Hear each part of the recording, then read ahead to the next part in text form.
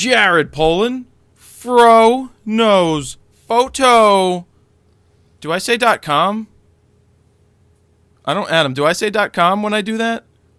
FroKnowsPhoto.com. Jared Polin, FroKnowsPhoto.com. Yeah, I messed up my own intro. It shows you where my head is at today. Anyway, we have a Flickr photo of the week here from Adam Lerner. Mr. Adam Lerner here in the bottom right-hand corner. You want to wave to everybody? Hello. Hey. Just for Men called. They want to try and cast Adam for a little touch of gray. You know, he's a little bit of this with, I like his go-to-edness, but I like this guy's experience. Anyway, so we're going to talk about this photo that Adam took here. Adam, why don't you explain this photo and why there's so much snow and what happened? Well, as you know, there was the Snowmageddon, the Blizznizzard, Blizzard. I know that, but most people around the world probably don't even know. All right, world. So New York City got dumped on. To put it into context, this was the 6th largest snowstorm in recorded weather history for New York. And for whatever reason, the way that the snow band worked is that the greatest concentration of snow dumped on New York. So we got over 2 feet of snow. There's been a whole controversy about how the sanitation department's been handling it.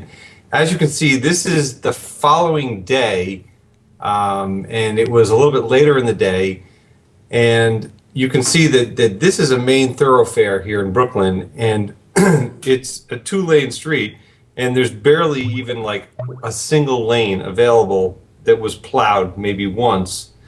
And it was very, very cold, and the wind was blowing significantly. So you can see that there's a lot of snow just being blown around, and I guess they consider that kind of wind a blizzard condition, even if it's not snowing. Yeah. Because it continue to create drifts. So it was kind of a mess. I mean, cars in some areas where the drifts were buried over the roofs. I mean, it was crazy. So of course, naturally, I had to go out there with my camera. Yeah, so break down the photo for me. This is, what do you want me to break down here? I don't know, like what you were thinking when you took this and what you pre-visualized and, you know, how you saw it and then captured it. Yes. Well, I wanted to go out there with my wide angle and just try to capture the vast expanse of what we were looking at out here. I wasn't really going outside to do too many detail shots. I just really wanted to kind of create, like, you know, some big, you know, sweeping landscapes that showed the mood here. As you can see, I'm shooting directly into the sun at 14 millimeters, and it handles it very well. Well, I typically like to shoot very wide. I mean, I'm sorry, very open aperture-wise. Yeah. Because of the bright sun, I had to stop it down to f5 to get at, you know, the 1/8000th of a second, which, you know, as we were talking about a little bit before, I could have shot this at f16 or f11. But and it wouldn't have mattered. It would have shown, you know, with such a wide-angle lens of 14, you're going to get basically front to back, even at 2.8, is still going to be in focus. Absolutely. You know, and I, you know, I mean, at the time too, you know, if this was the kind of lens that, you know, you could have put neutral density filters on, that could have been really cool if you could have slowed down the exposure to really kind of capture all of the snow being blown around. But, you know, for what it's worth, the way that the sun was kind of passing through the snow spray, sure, you know, in my mind, it looked really cool. Well, kind of like has that Wild West feel, you know? Yeah, well, like what I like about it is the wide nature that you get to see the street, something that's normally busy. The colors are great for shooting right into the sun.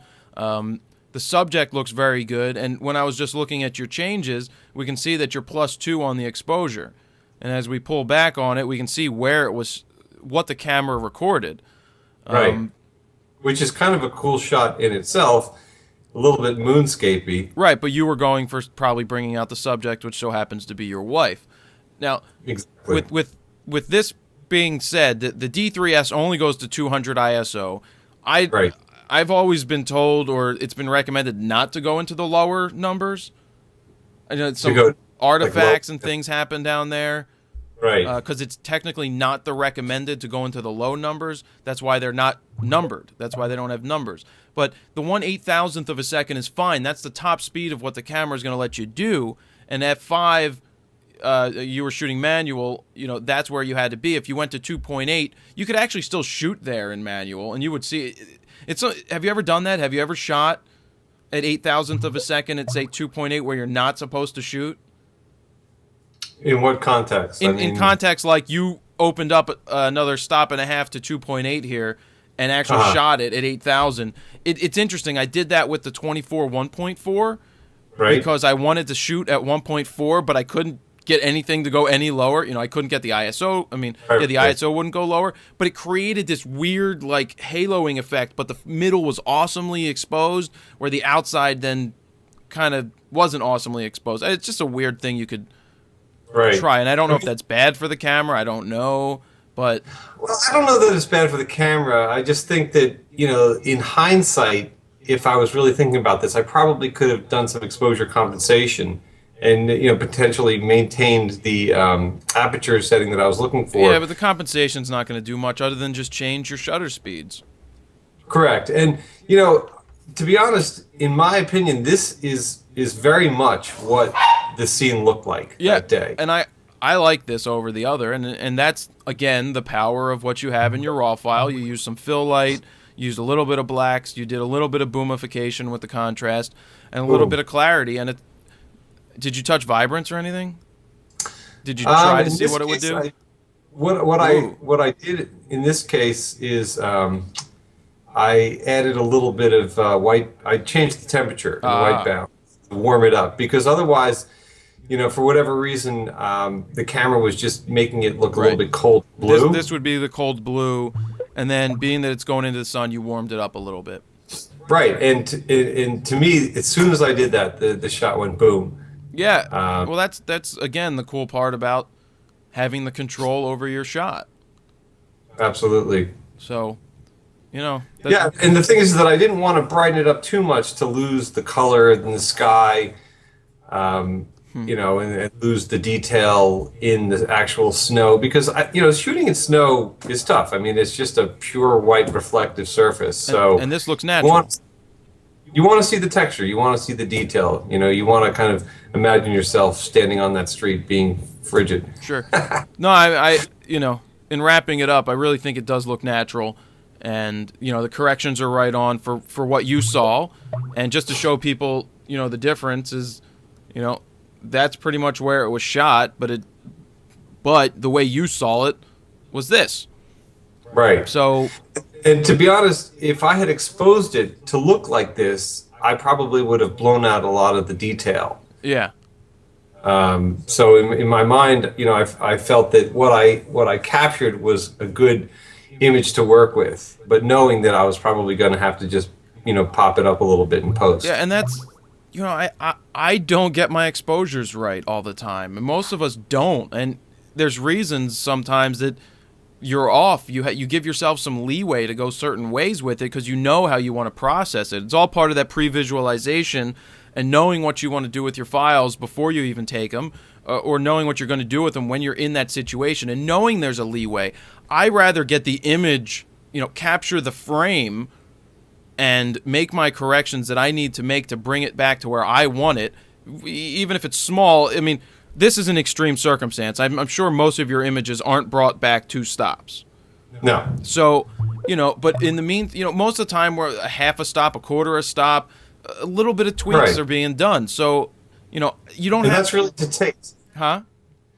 That's really to taste. It's like, how do you like your coffee? 1 sugar, 2 sugars. It's like, I think that it's definitely a taste thing, but I really do, for the most part, when I'm shooting, I try to get the exposure as close as possible to what the final's going to be. Right, you want to get it close, but with that being said, it's not always going to be a perfect exposure, and being that we are shooting RAW, you do go ahead and process your images. So, and one thing I'd like to just say is that I think a lot of people, they get into editing, they get into their image processing software, And they might be afraid to touch some of the sliders. They might be afraid to think like, oh my God, why would I ever want to boost this, or why would I ever want to touch that?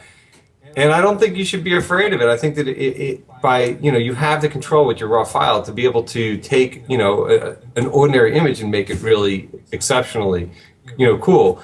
So don't be afraid to go in there and try stuff. Well, that's with that being said, again, it's, you hear that traditionalist crap. You know what? Right. We're in a time where you have tools to use. You utilize the tools that you have.